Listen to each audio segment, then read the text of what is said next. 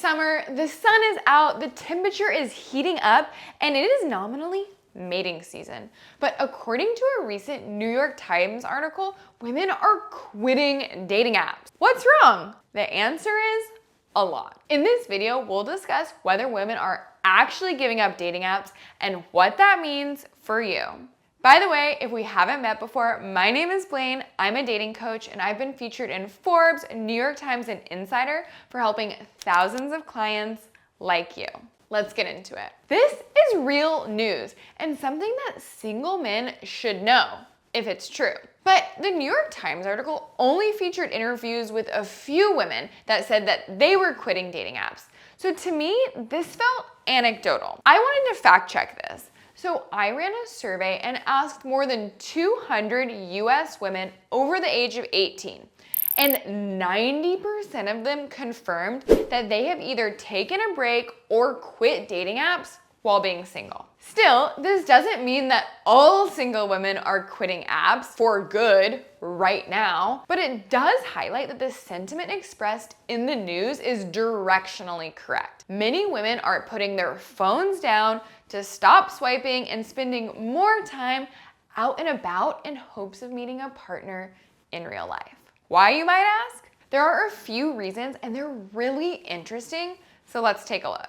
Women are still single after a lot of swiping. One woman quoted in the article named Vanessa said she had an epiphany that she'd been using Tinder for a decade. She had downloaded it in 2013 and was still single and swiping, which prompted her to take time off. This is a really important point. I genuinely like dating apps as a strategy for singles to meet other singles, but if you've been swiping for years and you haven't met your person, that's a pretty good signal that dating apps are not the right channel for you.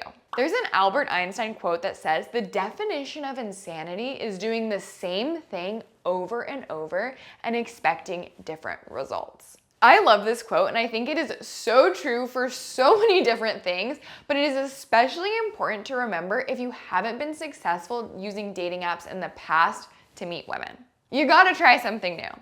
Women are meeting a larger array of guys in person. Vanessa from the article also mentioned that she's started dating guys who are different than the guys she dated on apps.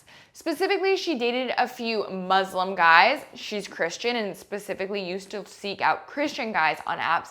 And she's dated guys who are much shorter than the guys she was going for online. This is a really important call out.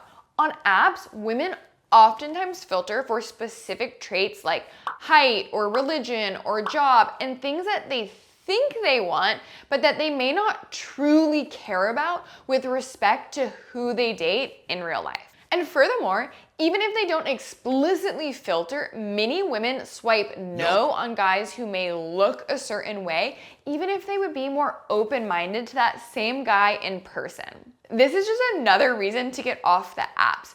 So many guys who might be overlooked on an app for a variety of reasons will do great with women in real life where their personality can shine, where they can demonstrate that they are confident, and where the woman can see them interacting with friends or just people around them. This is a great reason for you to also think about dating beyond the app. Too much back and forth. A woman named Atusa in the article is also quoted as saying, "For me, it's hard to get to the stage where I'm actively going on a date with a person. I have no problem getting matches. It's more so getting to the stage where I'm like, this seems like a decent person who I want to meet in real life." This is so common. So it's understandable that people end up just getting flustered or frustrated. They aren't sure how to segue to the date and they just give up and move on. Burnout is real. Another woman quoted in the article said, "As much as I value companionship and relationships, I don't know that I value it to the point of burnout." So what's the deal with burnout?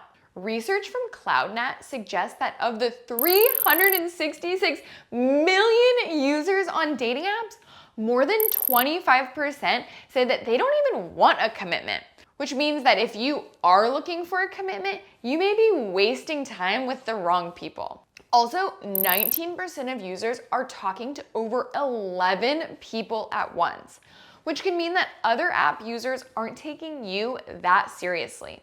And 50% of users say that they think they are more likely to meet their person in person.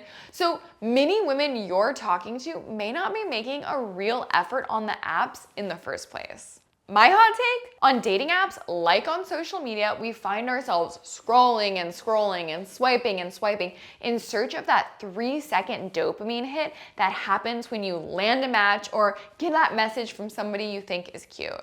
And because there are so many options at your fingertips, it's easy to constantly think that you might be missing out on something better, and that keeps you returning to swiping. Basically, apps are designed to keep you swiping. Even if you are intentional and you are careful, it is so easy to fall into the trap of continually chasing someone better. So, what does this mean for you?